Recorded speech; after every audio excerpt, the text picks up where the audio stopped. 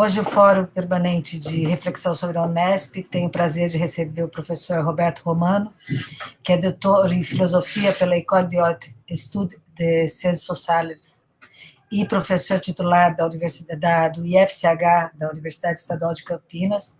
Muito obrigada, professor, por estar aqui conosco. E ele vai conversar conosco sobre universidade pública, ciência, ética e política. O professor Romano tem inúmeras publicações, eu acho que a mais recente e individual é Os Nomes do Ódio, me corrija, professor, se eu estou enganada, né? E nós estamos gravando essa reunião, professor, a gente tem, acho que até uns 30, 40 minutos para o senhor falar, suas colocações, e aí a gente abre um bate-papo. Muito obrigado pelo convite. Você, Suzilei, que eu conheço desde a Unicamp, professor Hector Saint-Pierre, que eu conheço também, e outros que eu estou reconhecendo o nome ou o rosto. Quem fica velho normalmente esquece, né, os nomes. Então, me perdoem, mas eu vejo que estou entre pares e amigos. Quando o professor Saint-Pierre me pediu essa fala, eu pensei em várias possibilidades.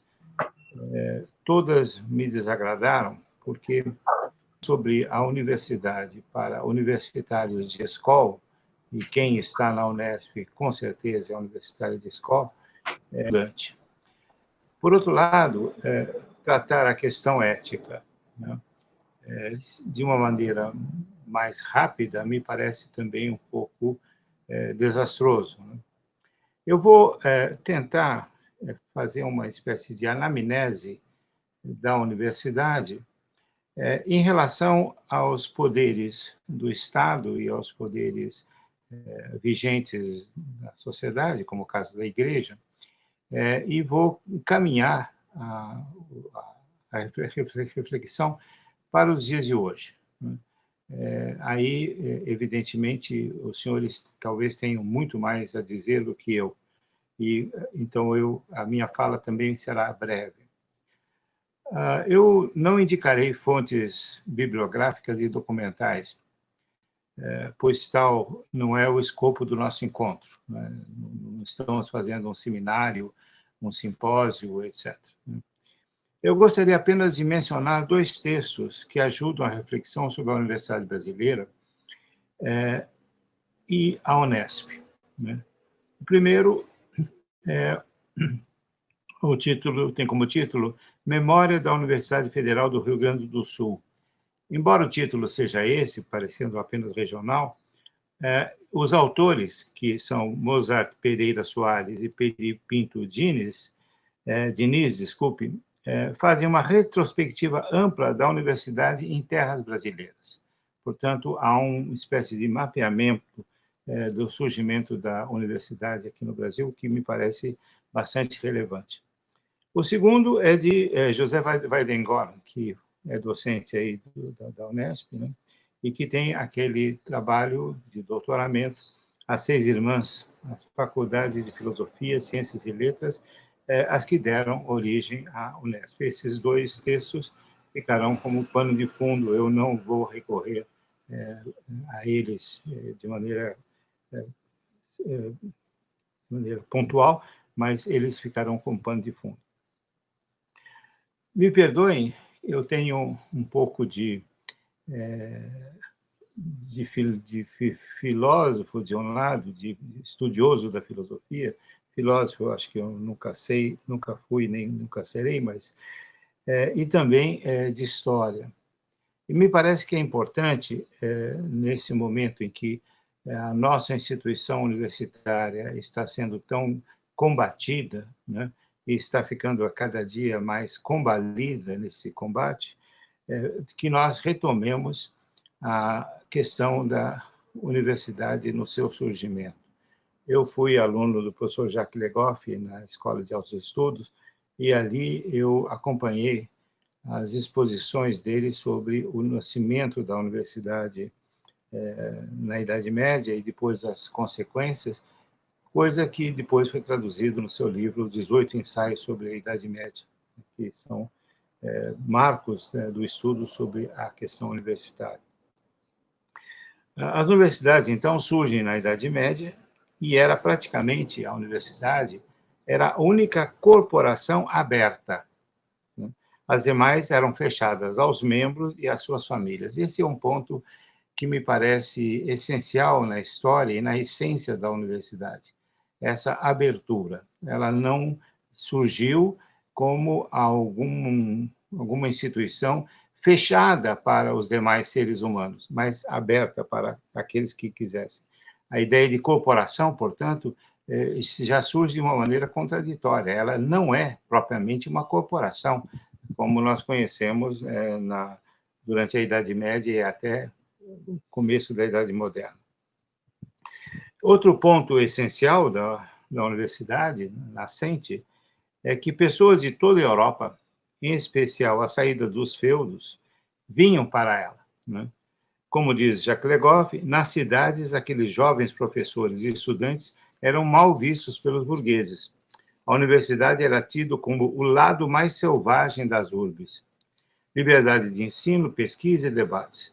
Nenhum título eximia de ensino, o doutor de precisar responder às questões postas pelos pares e alunos. A escolástica, apesar de sua má fama, era um perfeito exercício livre de debates. As famosas questiones disputate, mais tarde, o método degenerou, mas seus inícios é de ampla liberdade a mais possível. Diderot, o homem da enciclopédia, comete uma injustiça ao dizer que a universidade surgiu como gótica e assim permaneceu até o século XVIII. Mas se entende a sua crítica. Nos séculos XVI, XVII e XVIII, a universidade, pouco a pouco, foi domada pelos poderes existentes, o da Igreja e do Estado, central nos seus inícios. Ela se transformou, como ainda diz Jacques Legoff, a corporação dos queimadores de livros. Com a formação de médicos, advogados, contabilistas e muitas outras especialidades, ela se tornou um farto celeiro para a Igreja, que então se transformava em potência europeia, a única instituição internacional que regulava o direito público entre os poderes laicos. Tal situação permanece até a Reforma e o Tratado de Westfália. A Igreja precisava de servidores técnicos para sua crescente burocracia. Ela os encontrou nas universidades. Do mesmo modo, os estados que se firmavam de maneira centralizada tinham carência dos mesmos técnicos e os buscavam nos campi. Houve mesmo um período em que os reis disputavam a mão de obra universitária, prometendo melhores salários e condições de ensino numa concorrência bastante forte. Houve mesmo um período, então, que a disputa entre os poderes laicos e a Igreja para saber quem controlaria a universidade, que era antes livre. A solução veio pelo cofre. Quem financiava os campi deveria ter a prerrogativa de impor os métodos de estudo e seus limites. Nas universidades assumidas financeiramente pela Igreja, a ratio studiorum se definia por uma escala hierárquica de disciplinas. No topo, a teologia, com suas ramificações, como o direito canônico, abaixo o direito e a medicina. No caso das universidades controladas pelos monarcas, não existiu variação muito grande em relação ao modelo eclesiástico. A única universidade conhecida que tinha maior amplitude para desenvolver suas atividades era a de Bolonha, dado que era mantida pela corporação dos advogados não presos de imediato aos programas de poder da Igreja ou dos governos. Gerson, reitor da Sorbonne, deixou bem clara a missão da universidade sobre as administrações poderosas. Não importam muito questões de direito e de pesquisa, desde que, adiantava ele, os proprietários das galinhas possam dormir tranquilos. No século XVI, em plena época da renascença das ciências e das artes, e no alvorecer das lutas republicanas e democráticas, o essencial, segundo o reitor, seria a proteção da propriedade privada. Na faina de estabelecer burocracias eficientes em todos os campos da vida, guerra, medicina, finanças, o que foi definido como razão de Estado, lembrar que o próprio termo razão de Estado foi estabelecido pela Igreja com Botero, Os poderes fizeram da universidade um departamento que produzia, ao mesmo tempo, saberes úteis ao controle da população e técnicos que moveriam tais saberes. É o que Kant chamou, no século XVIII, no atualíssimo texto dito O Conflito das Faculdades. Ele chamou esses técnicos como instrumentos de governo, Werkzeuge der Regierung.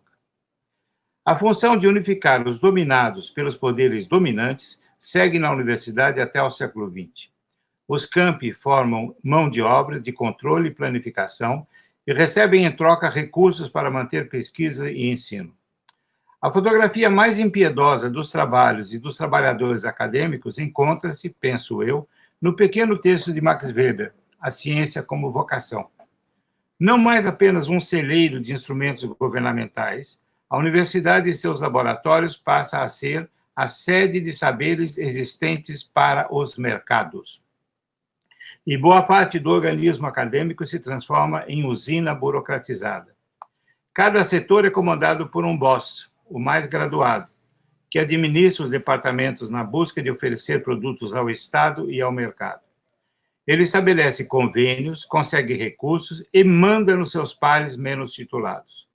Não é lugar aqui para a exploração minuciosa do triste volume de Weber, mas ele marca ainda em nosso tempo de modo indelével. Ouso dizer que já está posta naquele texto weberiano a crítica dos procedimentos de avaliação de produtividade que hoje castiga setores inteiros da universidade, sobretudo após as práticas de Margaret Thatcher e a domesticação de Cambridge e Oxford a partir de doutrinas de cunho neoliberal. Desde então, instituições que fornecem meios financeiros de pesquisa assumiram a ideia de produtividade ligada ao mercado, esmaecendo um tanto a produtividade em prol do Estado.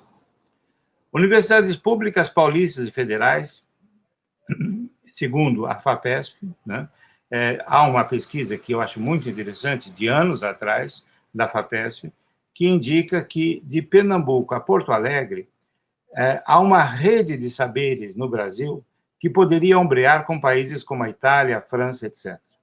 Uma quebra, porém, o empresariado brasileiro, salvo raras exceções, não percebe a importância da ciência e das técnicas e não tem nenhum projeto nacional. Leroi-Gourhan criou um etnólogo que me parece bastante interessante. Ele, para explicar o surgimento e a reprodução da técnica, ele usou duas imagens bastante sugestivas. A primeira, a imagem do empréstimo. Para que você possa utilizar uma determinada técnica, isso mesmo nos tempos mais recuados da humanidade, você precisa emprestar essa técnica de outrem. Mas para você reproduzir, é necessário que você tenha invenção, você tenha capacidade de invenção. Então, invenção e empréstimo não se contradizem, não se recusam mutuamente, mas se conjugam. Uma sociedade só pode crescer tecnologicamente se ela souber usar o empréstimo e a invenção ao mesmo tempo. Ora, no nosso caso, nós não temos esse processo completo. Nós emprestamos demasiado, nós inventamos pouco, sobretudo na passagem dos laboratórios, dos campi, para as fábricas, para as indústrias, né? Então, é bom lembrar o quanto é fraco o nosso programa de inovação tecnológica. Glaucar Bix, que foi dos últimos administradores da FINEP no período Dilma Rousseff, estava preparando um orçamento de alguns bilhões para o projeto de inovação tecnológica. Foi cortado totalmente com o novo governo, né? O governo já de Michel Temer. Agora, você tem, junto com essa dificuldade, ou com essa quase impossibilidade de emprestar e, ao mesmo tempo, de inventar, você tem a drenagem daqueles que fariam o empréstimo, que fariam a invenção. Nós temos o fenômeno que já é antigo, que é internacional, que é planetário, mas que aqui no Brasil se manifesta como uma calamidade tão grande, que é o brain drain, né? Na medida em que nós não temos aqui essa condição de passar do empréstimo à invenção e da invenção ao empréstimo, nós perdemos mão de obra, perdemos pessoas para setores e sistemas industriais e, ao mesmo tempo, políticos mais providos de recursos e com mais condições. Os senhores conhecem melhor do que eu, né, os recursos da CAPES, que já vinham sendo reduzidos drasticamente no governo Dilma Rousseff, também do CNPq, hoje são mais rebaixados ao máximo. Em São Paulo, nós temos essa autonomia relativa trazida pelo ICMS. Eu volto, então, ao cofre, né? Aquela ideia do cofre, né? De quem está com o cofre que pretende dar as normas do funcionamento da universidade. Mas esse ICMS, né, entra em choque com a hostilidade política e tentativas de passar recursos das públicas para as privadas, né? Eu sempre digo que privadas, na minha linguagem, tem um termo polissêmico. O sistema, veja, o sistema universitário de São Paulo, essa traquinagem, né, foi uma das tentativas de fazer tal transferência de recursos. Isso no período Serra, pelo professor que foi ex-reitor da Unicamp, Pinotti. Faz-se um sistema das universidades paulistas e as universidades privadas partilham dos recursos que deveriam ser destinados apenas às universidades públicas. Denunciado pela professora Maria Silvia Carvalho Franco, ele renunciou ao projeto, mas diuturnamente, na Assembleia Legislativa, deputados de direita e similares tentam arrancar dos campi o recurso financeiro. A CPI fake, efetivada recentemente, mostra a sanha e o desejo dos parlamentares para abocanhar os recursos públicos hoje destinados à universidade. Há um problema de ordem jurídica que tem sido muito negligenciado e há bom tempo. Na própria Constituição de 88, consta a autonomia universitária, mas a determinação constitucional não foi até hoje regulamentada, a diferença do que ocorreu, por exemplo, com o Ministério Público. Daí o vasto campo de manobra a ser manipulado por ministros da educação, sobretudo no governo atual, contra os campi. Não apenas as calúnias contra as universidades, das supostas plantações de maconha, balbúrdia e hoje ao exercício do sexo sem limites, supostamente também assumidos pelos docentes acadêmicos, mas o controle burocrático das nomeações, os recursos, tudo permite tornar letra morta a doutrina constitucional da autonomia. Em editorial recente, o Estado de São Paulo diz que as universidades paulistas estão vivas, apesar de tudo. Mas, além dos óbices indicados acima, devemos ter em conta que a própria situação econômica do país, apenas agravada pela pandemia atual, indica péssimos dias para as universidades públicas estaduais e federais. Em termos éticos, não podemos esquecer, aí peço licença aos colegas, né? Eu não vou me estender sobre esse aspecto, tenho trabalhos, livros sobre esse ponto, mas eu só vou indicar. Não podemos esquecer que temos 500 anos de perseguição à ciência e às técnicas em nossa terra. Não por acaso, Kenneth Maxwell mostra que no projeto de uma república para a colônia estavam previstos uma fábrica e uma universidade, na Inconfidência. A leitura do instigante O Diabo na Biblioteca do Cônico, de Eduardo Frieiro, mostra o que perdemos e o quanto a censura operou para impedir aqui a expansão dos saberes. A fé sem ciência, ensinada por setores da Igreja Católica, aqui se uniu ao obscurantismo do colonizador. A Igreja, ainda no século XX, pregava a anti-ciência e colaborava com o regime de força. Não por acaso, os positivistas tinham receios da instauração universitária no Brasil. Eles imaginavam, com fortes razões, que aceitaria para obstaculizar o progresso científico e técnico das massas. Na ditadura de 64, no mesmo instante que a CNBB abençoava o golpe, os atos institucionais, inclusive o AI-5, o governo ditatorial estuprava os campos, deles retirando a autonomia. Sim, boa tarde. Um número pequeno de clérigos ou leigos, a oficial da igreja foi de apoio. Se pensarmos que a ética é um complexo de costumes e pensamentos que, após serem aprendidos, se repetem e se tornam automáticos, talvez percebamos a origem das maltas movidas pelo governo atual com sua ojeriza à ciência. Elas aproveitam os progressos técnicos que nos vêm por empréstimos e não por invenção para espalhar a superstição, as ideologias retrógradas, etc. O regime de 64 deveria ter sido um alerta para os campos.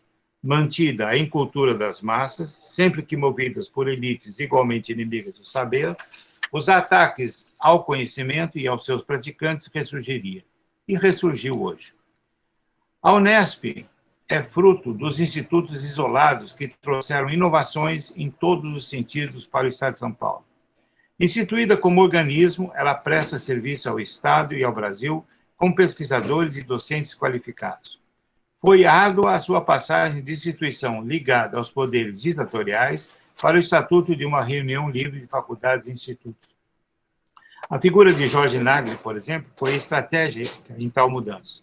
Hoje, ela conta com trabalhos relevantes para o entendimento do elo entre universidades paulistas e o Estado. Cito entre milhares e milhares de Araraquara. Ele mostra que o retorno dos recursos do ICMS no campus daquela cidade traz progresso ao comércio, à indústria e à população em geral. Talvez seja uma via para seguir no trato com os privatistas da Assembleia, do Executivo e do próprio Judiciário paulista. Aplicar recursos nos campi rende, mesmo sem levar em conta a relevante contribuição científica e tecnológica dos campi espalhados pelo território nacional. Então, vejam, me parece que esse é um ponto importante que nós estamos enfrentando nesse momento, né?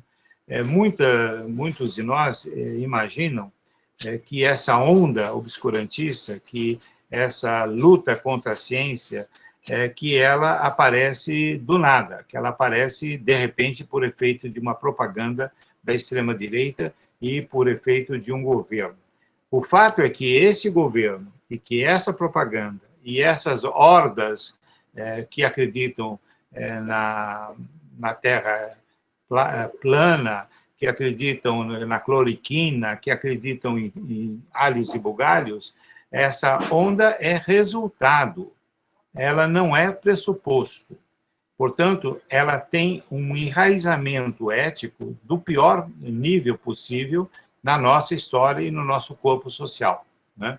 Então, esse tipo de definição ética me parece fundamental. Aquilo que, uma vez aprendido e repetido, torna-se automático. Não há possibilidade de romper imediatamente. A única forma de romper com esse tipo de ética que impera na sociedade brasileira é justamente aquela trazida pelo saber da universidade. E é por isso que nós estamos recebendo tamanho ataque de fascistas, de nazistas, que se instalam em órgãos diretivos do poder e que definem vendetas terríveis contra a universidade. Então, eu acho que é importante que nós tenhamos esse tipo de visão da ética que é reiterada aqui no Brasil. Por enquanto, é o que eu tenho a dizer, e eu gostaria, então, de discutir com os senhores, receber as suas impressões, o seu saber sobre o que nós estamos vivendo nesse momento na Universidade Brasileira.